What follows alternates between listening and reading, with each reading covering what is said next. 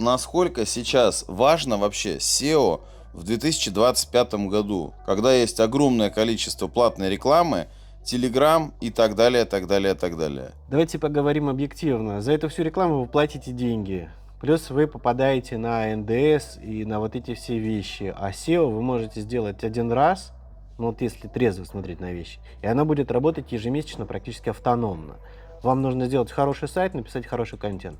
Дальше это все обслуживать. Если у вас реально большие есть расходы, например, на контекстную рекламу, мы можем сделать хитрость. Мы можем посмотреть страницы, на которые приходят посетители, мы можем посмотреть запросы, на которые приходят посетители, проанализировать, на каких текущих позициях находится ваш сайт, и докрутить по этим страницам и позициям те запросы, которые вам нужны.